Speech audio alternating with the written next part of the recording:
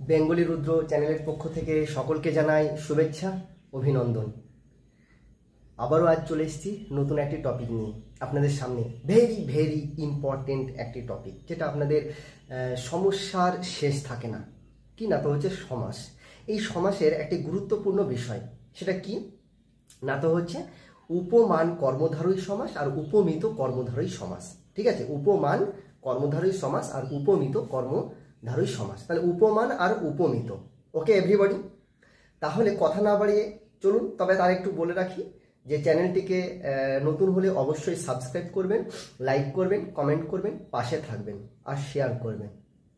ঠিক আছে, তাহলে চলুন দেখে নিই যে যেহেতু সামনে এসএলএসটি এক্সাম আছে, বাংলা এসএলএসটি, যারা বাংলার স্টুডেন্ট তাদেরকে বলবো যে অবশ্যই এটিকে দেখুন, আপনাদের সুবিধা হবে এবং আপনারা পরবর্তী স্তরেও আপনাদের কাজে লাগবে। তো চলুন কথা না বাড়িয়ে দেখি যে দেখুন যে এটা বলেছে যে উপমান কর্মধারী সমাস আর এটা হচ্ছে উপমিত কর্মধারী সমাস। ঠিক আছে, তাহলে কি বলেছে, এটা উপমান কর্মধারয় আর এটা হচ্ছে উপমিত কর্মধারয়।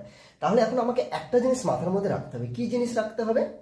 যে কথাটা হচ্ছে যে উপমান কর্মধারয়। তাহলে কর্মধারয় মানে কি? কর্মকে ধারণ করেন যে, সেটাই হচ্ছে কর্মধারয়। অর্থাৎ এই কর্মধারয় সমাসের এই দুটো ভাগ। ঠিক আছে, তাহলে এই দুটো থেকে কোশ্চেন আসে আমরা দেখেছি, আর ছেলে মেয়ের অনেক সমস্যা। তাহলে এখন একটা কথা মনে রাখতে হবে যে কর্মধারয়, এই কর্মধারয় সমাসে কিসের না তো কিসের সঙ্গে কিসের সম্পর্ক? তাহলে বিশেষ্য পদ। আপনারা জানেন যে বিশেষ্য পদ কাকে বলে? কোনো ব্যক্তির নাম হতে পারে, কোনো বস্তুর নাম হতে পারে, কোনো জায়গার নাম হতে পারে। ঠিক আছে, এই সমস্ত নামগুলোকে বলা হয় বিশেষ্য পদ। তাহলে এইবার কি বলেছে যে অর্থাৎ বিশেষ্য পদের সঙ্গে বিশেষ্য পদের, বিশেষণ পদের সঙ্গে বিশেষণ পদের বা বিশেষ্য পদের সঙ্গে বিশেষণ পদের যে সমাস হয় সেটাই হচ্ছে কর্মধারয় সমাস। যেহেতু কর্মধারয় সমাসের এটা ভাগ, তাহলে চলুন কথা না বলে দেখুন এটা হচ্ছে উপমান কর্মধারয় আর এটা হচ্ছে উপমিত কর্মধারয় সমাস। ঠিক আছে, তাহলে দেখুন এখানে একটা জিনিস মনে রাখবেন যে আপনাদের একটু আইডিয়া থাকা উচিত যে পূর্বপদ আর পরপদ সম্পর্কে। ঠিক আছে, একটু জানা রাখা উচিত যে পূর্বপদ আর হচ্ছে পরপদ। তাহলে পূর্বপদ মানে কি? আগের পদ, আর পরপদ মানে পরের পদ, এটা মনে রাখবেন। এখানেও তাই, আমি এখানেও লিখে দিলাম, আমরা এখানেও লিখে দিলাম পূর্বপদ, আমি এখানেও লিখলাম যে পূর্বপদ ও পরপদ। ওকে এভরিবডি, তাহলে এখন একটা জিনিস মনে রাখবেন যে উপমান অর্থাৎ যার সঙ্গে তুলনা করা হয়, এখানে শুধু মনে রাখবেন যার সঙ্গে, আর এখানে যাকে তুলনা করা হয়, যাকে তুলনা করা হয়। আচ্ছা, এখন একটা কথা হতে পারে যে তুলনা জিনিসটা কি? তুলনা জিনিসটা কি? ঠিক আছে, মানে একজনের সঙ্গে আরেকজন। ঠিক আছে, এটা মনে রাখতে হবে। তাহলে এখন কিন্তু দেখতে হবে যে এই সমাসে অর্থাৎ কোন সমাসে? উপমান কর্মধারয় সমাসে সব সময় একটা জিনিস মনে রাখতে হবে। কি জিনিস মনে রাখতে হবে? যে পূর্বপদ, এই পূর্বপদ, ঠিক আছে, পূর্বপদ সব সময় হবে যে বিশেষ্য। তাহলে পূর্বপদ কি হবে? সবসময় বিশেষ্য। তাহলে পরপদ কি হবে? পরপদ থাকবে একটা সাধারণ ধর্মবাচক পদ, একটা সাধারণ ধর্মবাচক পদ। তাহলে কি থাকবে? সাধারণ ধর্মবাচক পদ। ওকে এভরিবডি, নেক্সট দেখুন যে এই জায়গাটা, তাহলে এইখানে পূর্বপদে কি থাকবে? এখানেও পূর্বপদে বিশেষ্য পদ থাকবে, আর এখানেও পরপদে বিশেষ্য পদ থাকবে। ঠিক আছে, পরপদকে আবার উত্তর পদ বলে, এটা মনে রাখবেন। তাহলে বিশেষ্য পদ আর সাধারণ ধর্ম, তাহলে কেমন হতে পারে? একটা এক্সাম্পল নিয়ে আসি, একটা এক্সাম্পল দিয়ে দিই, একটা উদাহরণ দিয়ে দিই, তাহলেই বুঝতে পারবেন। যে দেখুন আমি এখানে একটা উদাহরণ টানলাম যে তুষার ধবল, এখানে লিখলাম যে তুষার ধবল।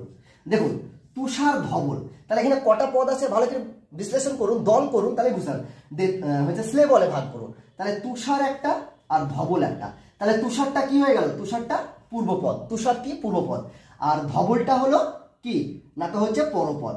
তাহলে এই যে ধবল, এই ধবলটাই হলো সাধারণ ধর্ম। তাহলে এটা বিশেষ্য পদ তুষার, তুষার মানে বরফ, বরফ মানে নাম বুঝাচ্ছে। ঠিক আছে, তাহলে এটা কি? বিশেষ্য পদ হয়ে গেল। আর এই তুষারের ধর্মটাই হলো, তুষারের ধর্মটাই কি? তুষারের ধর্মটাই কি না তো হচ্ছে ধবল, অর্থাৎ সাদা। ওকে এভরিবডি, তাহলে এই সাদাটাই হলো যে হচ্ছে সাধারণ ধর্ম। তাহলে আমরা বুঝতে পারলাম যে উপমান কর্মধারয় সমাসে একটি পদ হবে বিশেষ্য, পরপদ হবে বিশেষ্য, আর পরপদ হবে সাধারণ ধর্মবাচক। কিন্তু উপমিত কর্মধারয় সমাসে কখনোই হচ্ছে সাধারণ ধর্ম থাকবে না। ঠিক আছে, এটা মনে রাখবেন যে সাধারণ ধর্ম কিন্তু কখনোই থাকবে না। ওকে এভরিবডি, তাহলে এখানে কি থাকবে? দুটোই বিশেষ্য পদ থাকবে। কি? দুটোই বিশেষ্য পদ থাকবে। কি মনে করুন যে পুরুষ সিংহ, আমি এখানে লিখলাম যে পুরুষ সিংহ। দেখুন তাহলে পুরুষ একটা, সিংহ একটা। তাহলে পুরুষ কি না তো পূর্বপদ, পুরুষ পূর্বপদ, আর হচ্ছে সিংহটা হচ্ছে কি না তো হচ্ছে উত্তরপদ বা পরপদ। ওকে, তাহলে দুটোই বিশেষ্য পদ। আগেই বলেছি দুটোই বিশেষ্য পদ লক্ষ্য, সব সময় লক্ষ্য করবেন এই দুটো যখনই থাকবে তখনই এটা বলে দেবেন, চোখ মুখ বুঝে বলে দেবেন এটা হচ্ছে বিশেষ, এটা হচ্ছে উপমিত কর্মধারয় সমাস। তাহলে এখন আরেকটা জিনিস লক্ষ্য করবেন যে তুলনা, এই যে তুলনা বলেছে না সাদৃশ্যবাচক পদ, তাহলে সাদৃশ্য পদ, সাদৃশ্যমূলক পদ, তাহলে এই সাদৃশ্যমূলক পদ কোনগুলো, এই দুটোর ক্ষেত্রেই কিন্তু লক্ষ্য করা যাবে। সাদৃশ্যমূলক পদ কিন্তু দুটোর ক্ষেত্রেই লক্ষ্য করবো।